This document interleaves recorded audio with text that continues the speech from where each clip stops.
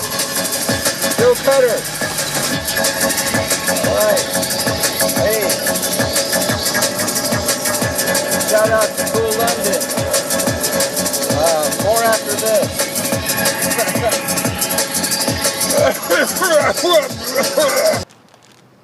You were talking to a stinky thumb? I'm doing the stanky leg, but that's down there. You can't see it. Is the leg stanky? I got some shit on my shoe. Shigemasu, Ohayou gozaimasu. Watashi wa disenchanted desu. Nihongo wa wakarimasen. Joe Cutter desu. Ultra404, Ichiban. Miso soup. You got it, buddy. Yeah. Alright, so tell us what's up in your neck of the woods. No, you're not. The true stories. Nothing. Did I tell you I was almost on the real world once? Yep. Oh. Alright. You were the guy who played Sonic from Sonic. Remember you saw Sonic in the video games? That was him. You thought that was just like I was known to free woodland critters.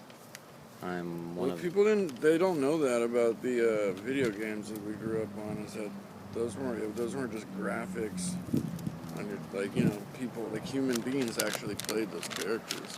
I'm one of Orlando Bloom played Zelda, the first one. Nice. And then he had like contractual issues, and then went on to do other things, like that movie Calcium Kid, boxing movie. You don't say. Yeah. I usually just This sort of peace is what all true warriors strive for. My boy. So we're getting some footage. We got some content here. We're gonna do a little snip, snip, cut, cut, and you're just gonna laugh. You're gonna smile. Or if the intent is to frighten you, you are gonna be menaced and taken aback. It just depends. Taking a bath. You'll be taken aback if I'm taking a bath. Is that like saying something instead of verbatim, vibrato? Yes. You can quote me vibrato. Yeah, quote me vibrato, verbatim. A vagina monologue of a dialogue.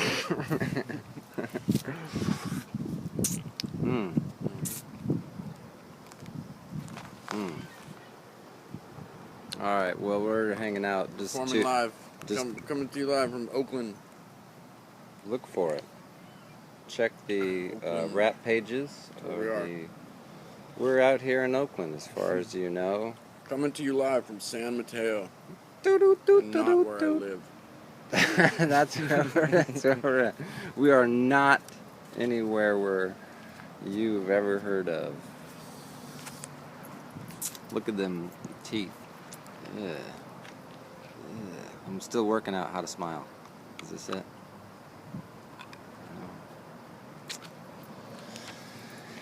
No. Alright, more after this. I hate you, airplane. I hate you,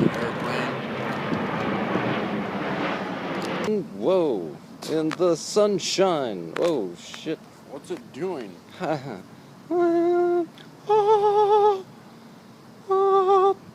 Fade to white, bro. Alright, I was telling Joe how I'm fucking with Awful Records. And shout out to Lord Narf and Father and all them creeps in Atlanta. And he's like, what? I know those words, but not when you put them together that way.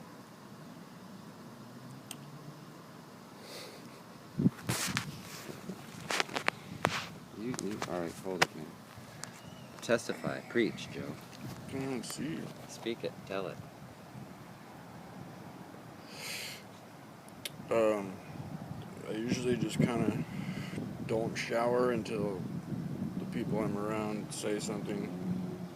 And even then, it'll take more effort from them for me to bathe. Shout out to corn syrup. Shout out to that struggling bottled water company from Flint. They were legit the whole time. Here's something I'll tell you about the new generation, Joe Cutter, because since we're not talking about that at all. It's like Pepsi. Pepsi is that I go to the show with a bunch of people that are fans of horrorcore and quote acid rap, and when I try and tell them about Isham or Nodus, Mastermind TNT, they're like, what is that you are saying? Like the Detroit acid rap. Exactly. See, us old guys here, of which you are looking at too, heard of these things. I remember Isham, he was saying that, he was the innovator of acid rap. I was never able to put my finger on exactly what that is, but whatever it is, he owns that. Well, when De La Soul is the popular thing, and this is more real, where kids are maybe taking acid, and when heavy metal, when blood is raining from the skies and skulls and skeletons, and the hip-hop cipher, it's graveyards and bones and whatnots. That started at the same time, a long time, way back when I was a young fella. So that's what those guys were like, huh? I don't know what you're talking about, Ninja. Family, and I couldn't hear. I can safely say that Isham probably is in affiliation with the Juggalos. Yeah. But I heard of him through Kool Keith. Excuse me. Belch. Kool Keith. Did a song with him. Nice. I learned about him later, but it was still old for those whippersnappers. That's all I was saying. Also, I would also like to point out that I was the only person in there that was enjoying a cigarette of the finest hippie lettuce. What, in the Juggalo Fest? Yeah. They all looked at me at cuckoo. But what it is because they all smoke meth? No, everyone's on probation. I'm on probation, man. I'm a Juggalo. Can't do it, buddy. Sorry. They're on hatchet, man. Sorry. I can't. I like Juggalos. Me too, buddy. Sweethearts. Me too, fam. What I'm saying is, they can't smoke the hippie lettuce because the old. I wonder what percentage of. I wonder what everyone. I want to know the exact ratio. Can you make that happen? No disrespect, ninjas. Can you make it happen for me? Everyone at the show is on probation, except for me, and then that's why I was the lone smoker. So you were in a smoke-friendly place? Oh yes.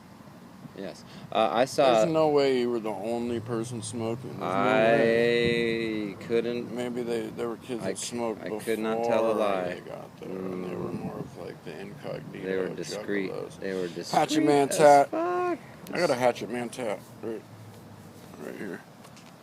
Just kidding. No, but I do. I got a Happy Man tat. I got a Hatchet Man tat, but it's in white ink and it's on my asshole. It's the anus. My anus? I know, see the Children's Hospital episode. I'm not sticking my hand in my dead dad's anus. You gotta say it that way. Same with the double O. Same with tampoon. I think it's just. Alright, lampoon. More after this. Stink around. I used to work as a systems integration cable technician. System integration cable technician. For a subdivision of Sony. And I started off in the cable fabrication department, where we would measure cables, terminate cables, connectors, so cables may function. I worked my way up to install and went on the road and shit. And there was this guy. I forgot his name, but we eventually called him Ashtray. He would always brag about being some part of CBGB's staff. And Ashtray. We exaggerated this guy's life into a scenario of him basically being the bitch of CBGB's in our minds. And in our minds, this scenario consisted of every Wednesday night was Ashtray night, where you'd get an ashtray at the door if you bought a ticket to see whatever band was playing. Because ashtrays are, you know, common weapons amongst bar fights and shit, you know, so, you know, they would sell a certain amount of tickets at the door, and, you know, the next thing you know, the whole CBGB's club would be full of angry punk rockers with ashtrays, you know, they'd be throwing them at the fucking band as they're playing. And But what? And then Ashtray's job would be to pick up all the broken ashtrays at the end of the night, or would he pass them out? Or no. Well, what's his role in the ashtray merch scheme? Ashtray wasn't respected, and they saw him as like a poser, so they used him as the ashtray. The human. So they would put cigarettes. They would put cigarettes out on Ashtray and, like, you know, primarily throw the ashtrays at him and glass him like a. Do you not have a shadow? Are you a fucking vampire? Your hat says vampire, but do you have a shadow? Holy fucking shit nuts. So once in a while, like, you know, they would have mercy on Ashtray, and they would, like, you know, put cigarettes out on the small of his back and shit, and they would have mercy on. We interrupt this not story. Anti-human. I once saw a guy eat paper and skeeter on the ground like an animal. Bro, sometimes they would. That's a story. Sometimes they would put the cigarettes out on the small of his back, but people were spitting on him, and his underwear strap was wrapped around his head. No, but they would be merciful, and they'd pour like a little. He had handprints and dirt skid marks on all of his back. And then the guy said, "Hey, buddy, you know what time it is? All right." So, you know. Ashtray. So they would be, there's fucking Ashtray, you know, he's like, oh, CBGB's, you know, it's glass. When I was in my prime at CBGB's, that's what he would tell you, as he's being a human ashtray.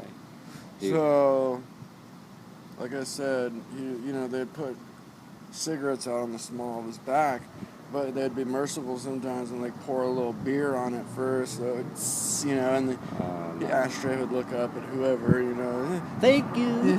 Thank you. Thanks, Sid. Thanks, buddy. Thanks, Sid. Thanks, Sid.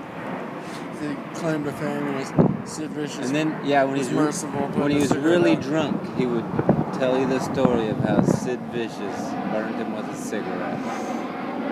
Yeah, so, that's fucking punk rock. So, you know, picture a CBGB's just cracking, you know, and like, oh, fucking, the Sex Pistols are in town, you know, and it's like all these, like, all the British cunts come out of nowhere. Like, fuck you, Ashtray! Fuck you!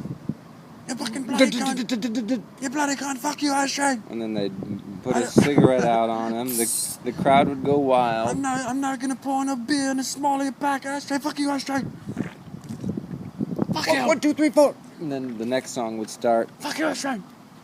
Alright, we'll be right back after this. Ashtray. Human ashtray.